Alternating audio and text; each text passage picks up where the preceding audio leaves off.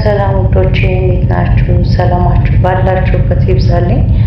ዛሬ የምንሰራው እንግዲህ ድፎ ዳቦ በብረት ድስት ነው። በጾም ነው የምናደርገው።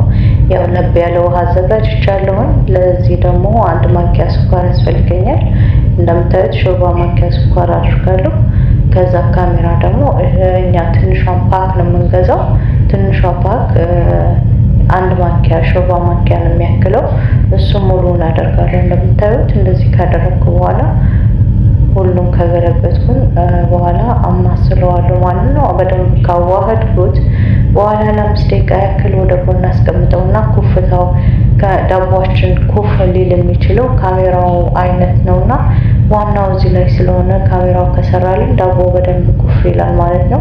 ስለዚህ ሁልጊዜ ይሄን ከማድረጋችሁ ወደ ኋላ እንዳትሉ፣ ዳቦአችሁ እንዳይበላሽ በመጀመሪያው እንደዚህ አድርጋችሁ በብርጭቆ ቀላቅላችሁ ለ5 ደቂቃ ያክል ወደ ጎን ከድናችሁ ታስቀምጡታላችሁ። ሌላውን ነገር እስከምታስተካክሉ ድረስ ዳቦ ይሄ ካሜራው ኩፍ ይላል ማለት ነው። ስለዚህ አሁን የማደርገው እንደዚህ ከድነውና ወደ ጎን አስቀምጣለሁኝ። ወደ ጎን አስቀምጬ ዱቄቴ ተዘጋጅቷል። እዚህ ጋር ነፍቼዋለሁ ሰዓት ለማሳጠር ያክል። ይሄው አንድ ማንኪያ ጨው አደርጋለሁኝ። ከዛ ደግሞ ጥቁር አዝሙድ እንግዲህ ሀበተ ሶዳ ይባላል። ጥቁር አዝሙድ እና አንድ ማንኪያ ሾርባ ማንኪያ አደርጋለሁኝ። ይሄን በደንብ ሀበተ ሶዳውን አንድ ማንኪያ አደርጋለሁ። እዚህ ጋር ቫኒሊያ ሶስ አለኝ።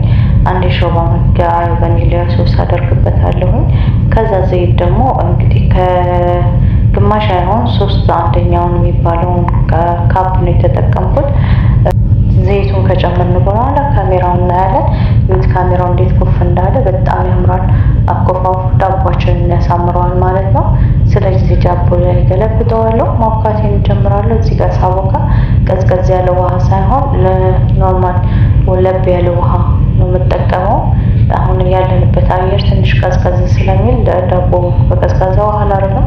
ስለዚህ የቧንቧ ውሃ ሆኖ ትንሽ ለብታ ያለው ማያቃጥል ማይቀዘቅዝ መሀል ያለው ወርም ዋተር የሚባለውን ሁኔታ ላይ ነው የምናደርገው። በእንደዚህ ሁኔታ ማብኳታችንን እንጀምራለን ማለት ነው። እያቦካን በደንብ እናሸዋለን። እዚህ ጋር ዳቦ ቆንጆ ይሆናል ብዬ ተስፋ አደርጋለሁ። ሁልጊዜ እንደዚህ አድርጌ ነው የማቦካው። እናንተም በእንደዚህ ሁኔታ አድርጋችሁ ሀብኩት፣ ያሳምርላችኋል። እንደዚህ አድርገን እናቦካዋለን። ያው እኔ እንዳያዝምባችሁ ያቆራረጥኩ ቀርጻለሁ ማለት ነው። እናንተ እንደዚህ አድርጋችሁ ያው መነሻ ለመሆን ያክል አሳያችኋለሁ። እንደዚህ አድርጌ እያሸሁኝ ታዩታላችሁ። መጨረሻ ላይ ያማረ ዳቦ ይወጣል ብዬ ተስፋ አደርጋለሁ። ስለዚህ እንደዚህ እያቆራረጥ ነው አጠብ እያደረግን እያሸን እንትን ይላል። ያው ስሙዝ መሆኑ አይቀርም። እያሻችሁ እንደዚህ ሲእጃችሁ ስለሚያያዝ መታሸት ሲፈልግ ነው ይሄ የሚለቀው። እንግዲህ ከማሸት ብዛት እጃችሁ እየለቀቀ እየተዋሃደ ይሄዳልና እንትን አይበላችሁ። ቀጥኗል ወይ ዱቄትን ጨምሩበት ብላችሁ አትሰቡ። እናንተ እንደዚህ እያደረጋችሁ እሹት። ትክክለኛ እንትኑ ሊጡ ቦታው ሲደርስ ራሱ መያያዙን መያዝ ይተዋል። እናንተ እንደዚህ አድርጋችሁ በደንብ አድርጋችሁ ካሻችሁት በኋላ ወደ ጎን ታስቀምጡታላችሁ። እንደዚህ ጠቅላላ አድርጋችሁ ካስቀመጣችሁ በኋላ ፌስታል ላይ አድርጋችሁ ሸፎኑት። ከዛ ከላይ ወፈር ያለ ፎጣ ነገር ወይ ትራስ ልብስ የሆነ ነገር ካላችሁ ሙቀት እንዲሰጠው ደርቡበት። እኔ እንደዚህ አድርጌ ያዘጋጃለሁ። እንደዚህ ያለኝ ይሄ ነው።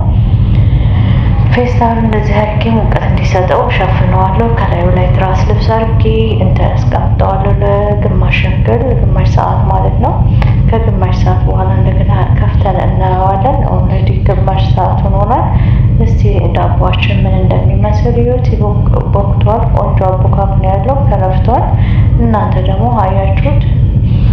ከጎን ያያችሁት ቅባት ብረት ድስት ላይ ሳደርግ በዛ ስላለብኝ ያው ከሚደፋ ዳቦ ጋር ይዋሃድ እያዋሃዱት ነው። እናንተ ደግሞ እንደዚህ አድርጋችሁ አሽታችሁ ሁለተኛ አሽታችሁ ስትጥሉ ነው የሚያምረውና ኩፍታው። አንድ ከቦካ በኋላ እናንተ ሁለተኛው ዞር ላይ እንትን በሉት። አንድ እጄ ካሜራ ላይ ስለሆነ ነው እንትኑ ማብኪያው እየሄደብኝ ነው። እስኪ አስተካክላለሁ። ለማንኛውም እና እንደዚህ አድርጋችሁ እሹት። በደንብ አድርጋችሁ እንደዚህ ካሻችሁት በኋላ አየሩን ለማውጣት ያክል ነው። እሱን እንትን ካላችሁ ወደ እቃው ታደርጉና እናስተካክላለን ማለት ነው። ኦልሬዲ አሽቸዋለሁ። አንደኛ ዙር ወቅቱ፣ ሁለተኛው ዙር ብዙ ሰዓት የማይፈጅም ቶሎ ለመውጋት እንትን አይለውም። አሁን እንደዚህ አድርጌ ያዘጋጀዋለሁ። እንደምታዩት ኦልሬዲ ተጭኘዋለሁ። እናንተ በደንብ አድርጋችሁ አውቁት። ያው እጃችሁ እቃ ስላልያዘ በደንብ ታሹታላችሁ። እኔ በአንድ እጅ ስለሆነ ነው እንደዚህ እየሆነብኝ ያለው፣ ግን በደንብ አሽቸዋለሁ። የካሜራውን እየዘጋው እየከፈትኩ እየታሸልኝ ነው። ማንኛውም እንደዚህ ካደረግን በደንብ ካሸን ቆንጆ ዳቦ ይወጣል። እናንተም በቤታችሁ በተሻለ መንገድ አድርጋችሁ ሞክሩት።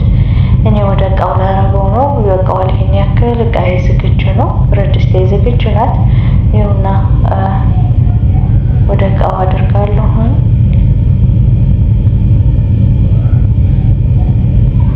እንደምታዩት ጠፍጠፍ አድርገዋለሁ። ምክንያቱም በብረት ድስቱ ቅርጽ እንዲወጣልኝ ስለምፈልግ እንደዚህ ካደረግኩ በኋላ እና አሁንም እንደዛው ሸፍኜ ወደ ጎን አስቀምጠዋለሁ ማለት ነው።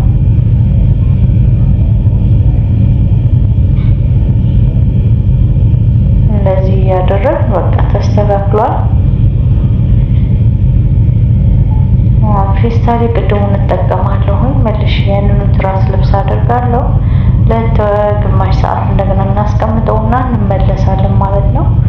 ዳቦአችን እንዲያምርልን በእንደዚህ ሁኔታ እንቀጥላለን። አሁን ግማሽ ሰዓት ሆኖኛል። እስኪ እንየው ዳቦ ኩፍታ ግማሽ ብረት ድስት ሆኗል። እሳት ላይ ደግሞ የቀረው እሳቱ ሲነካው ኩፍ ስለሚል አልጠብቀውም ማለት ነው። አሁን ከድኜ እንደዚህ ወደ እሳቱ ሄዳለሁ። እሳቱን አጣዳዴ እናሳያችኋለሁ። እዚህ ጋር ብረት ምጣድ አለኝ። የአሮጌ ብረት ምጣድ እንትን አለኝ። መጥበሻ ነገር ናት፣ ግን አልጠቀማትም። አሮጌ ስለሆነች ለዳቦ እጠቀመዋለሁ ማለት ነው። እሳቱን ለስለስ አድርጌ እንደዚህ ከጣድኩ በኋላ አንድ 15 ደቂቃ 20 ደቂቃ ደግሞ ቆይቼ መጥቼ አየዋለሁኝ። ዳቦአችን እንደደረሰ ገና ነው።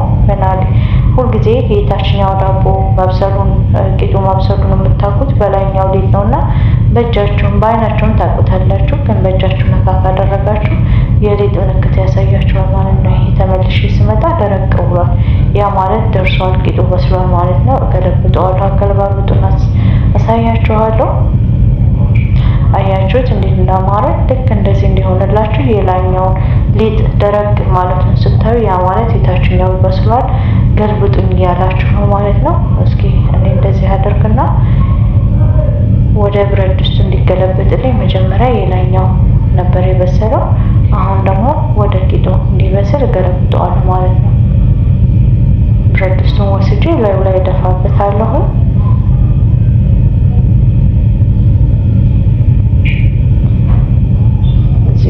አላየሁትም ነበር። ኦኬ አይ ተስተካክሎልኛል። እንደዚህ አድርጌ ብረት ድስቴን ቀስ ብዬ ወደ ታች እየተጫንኩኝ አስገባዋለሁ። ከዛ መገልበጥ ነው። አሁን መልሰን ወደ እንትኑ እንሄዳለን ማለት ነው። ወደ እሳቱ አገባቡን ቆንጆ ሆኖልኛል። በቃ ይኸውና ከጣልኩት በኋላ አሁን እሱ እስከሚበስል ድረስ እንጠብቃለን። አበሳሰሉን አይተን እንግዲህ እንደገና እናየዋለን ማለት ነው። ዳቦ ወጥቷል። በጣም ያምራል። ከለሩ ደስ የሚል ነው። ለማንኛውም ቤታችሁ ሰርታችሁ ሞክሩት።